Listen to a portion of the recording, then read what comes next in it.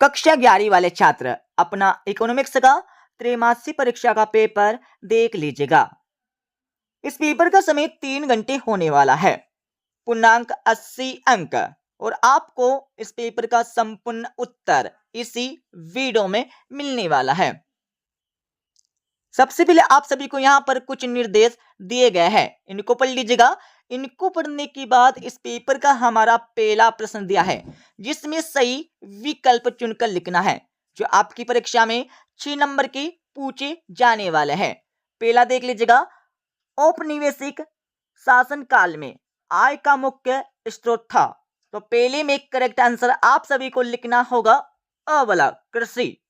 दूसरा देख लीजिएगा, अर्थशास्त्र आर्थिक कल्याण का अध्ययन है। यह कथन किसका है? तो दूसरे में करेक्ट आंसर आप सभी को लिखना होगा अ वाला मार्शल का। तीसरा देख लीजिएगा, भारत में आर्थिक सुधारों का आरंभ हुआ।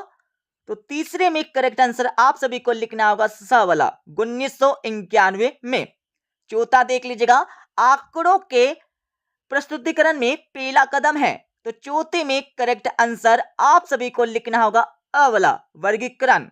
पांचवा देख लीजिएगा, जब आंकड़ों को समय के आधार पर वर्गीकृत किया जाता है तो इसे क्या कहा जाता है? तो पांचवे में करेक्ट आंसर आपको लिखना होगा ब वाला। छठा देख लीजिएगा, तृतीय क्षेत्र में शामिल है। तो छठे में करेक्ट आंसर आप सभी को लिखना होगा अ वाला सेवाएं।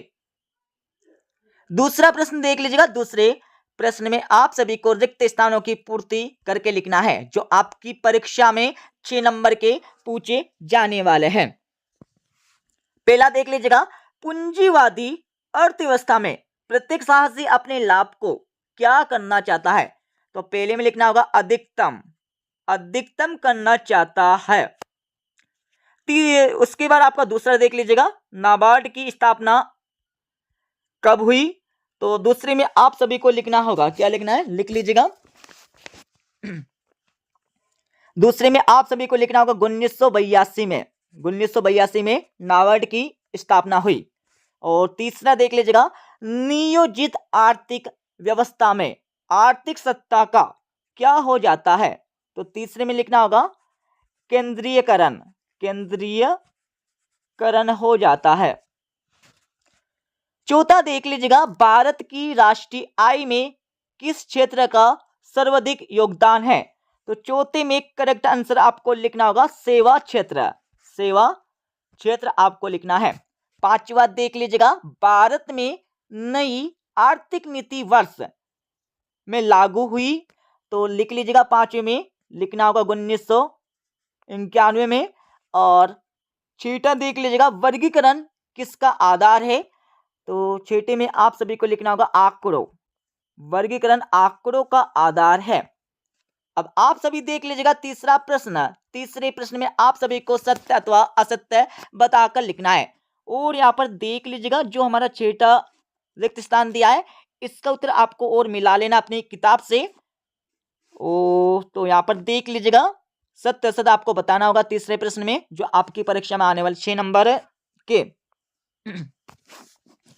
पहला आपका दिया है गुणात्मक तथ्यों का सारणी किया जा सकता है। तो बिल्कुल यहां पर किया जा सकता है, सत्य हो जाएगा। दूसरा आपका दिया है भारत में स्वतंत्रता के 50 पहली जनगणना वर्ष 1951 में हुई थी। तो बिल्कुल यहां पर हुई थी, सत्य हो जाएगा। तीसरा आपका दिया है जब आप वस्तुएं खरीदते हैं तब आप विक्रेता कहलाते हैं। तो बिल्कुल नहीं, असत्य हो जाएगा। चौथा आपका दिया है सूचक स्वयं प्रश्नावली भरते हैं। तो बिल्कुल भरते हैं, सत्य हो जाएगा। पांचवा आपका दिया है जटिल तथ्यों को सांख्यिकी सरल रूप में प्रस्तुत करती है। तो बिल्कुल करती है, सत्य हो जाएगा। छठा आपका दिया है समंक तथ्यों के समूह होते हैं। तो बिल्कुल यहां पर होते, सत्य हो जाएगा। चौथे प्रश्न में आप सभी को सही जोड़ी का मिलान करके लिखना है। तो सही जोड़ी का मिलान आप सभी कर लीजिएगा। विश्व व्यापार संगठन का गठन, इसमें आपको लिखना होगा 1995। शिक्षा का अधिकार अधिनियम, इसमें आपको लिखना होगा 2009। ऑपरेशन फ्लड, इसमें आपको लिखना होगा दुग्ध उत्पादन। सांसद आदर्श ग्राम योजना, इसमें लिखना होगा अक्टूबर 2014। सारणी का अंग, इसमें आपको लिखना होगा शीर्षक। मानव विकास सूचकांक का घटक, तो चेटे में लिखना होगा जीवन प्रत्याशा। श्रृंखला में सर्वाधिक आवर्ती वाला मान, तो इसमें आपको लिखना होगा बहुलक। ठीक है, अब आप सभी पांचवा प्रश्न देख लीजिएगा, जिसमें क्या करना होगा, एक शब्द अथवा एक वाक्य में उत्तर देना है, जो आपकी परीक्षा में आने वाले 7 नंबर के। पहला देख लीजिएगा, वर्तमान में आर्थिक क्रियाओं का मुख्य आधार क्या है, तो पहले में लिखना होगा उत्पादन। उत्पादन के बाद लिखना होगा उपभोग।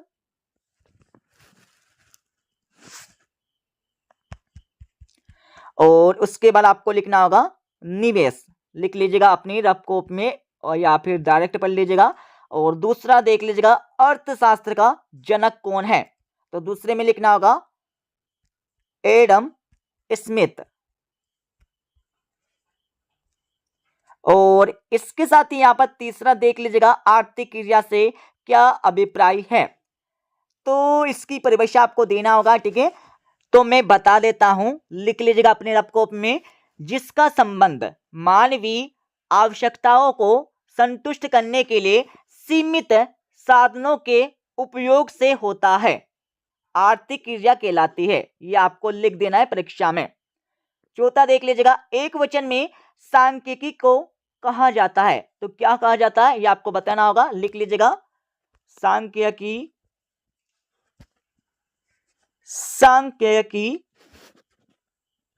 विधियों का विज्ञान, विधियों का विज्ञान। और आपका देख लीजिएगा, यहां पर पांचवा दिया है, अनुसंधानकर्ता द्वारा एकत्रित समंक क्या कहलाते हैं, तो पांचवें में लिखना होगा प्राथमिक समंक कहलाते हैं।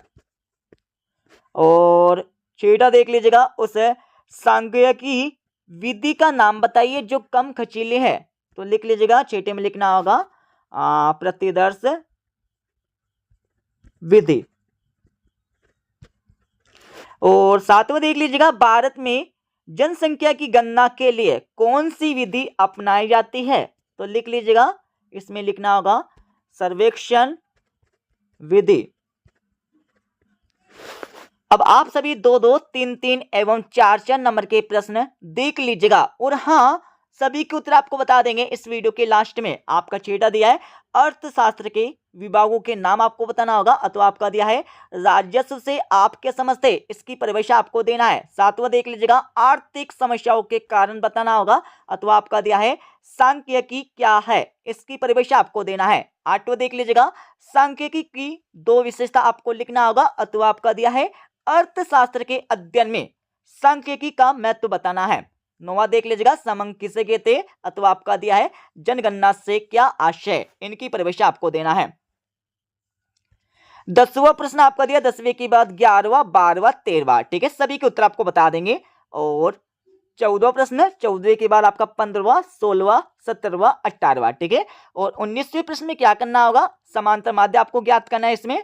और अत्व वाला प्रश्न देख लीजिएगा। और इसके साथ ही आप सभी को 20वां प्रश्न यहाँ से मिल जाएगा, जिसमें प्रश्नावली किसे कहते हैं, एक अच्छी प्रश्नावली की विशेषता आपको बताना होगा। और अतवी वाले प्रश्न में आप सभी को भारतीय अर्थव्यवस्था में कृषि के महत्व की व्याख्या करके लिखना है। 21वां देख लीजिएगा, 22वां, और आगे हम चलेंगे तो यहाँ पर 23वां प्रश्न आपका हो जाएगा।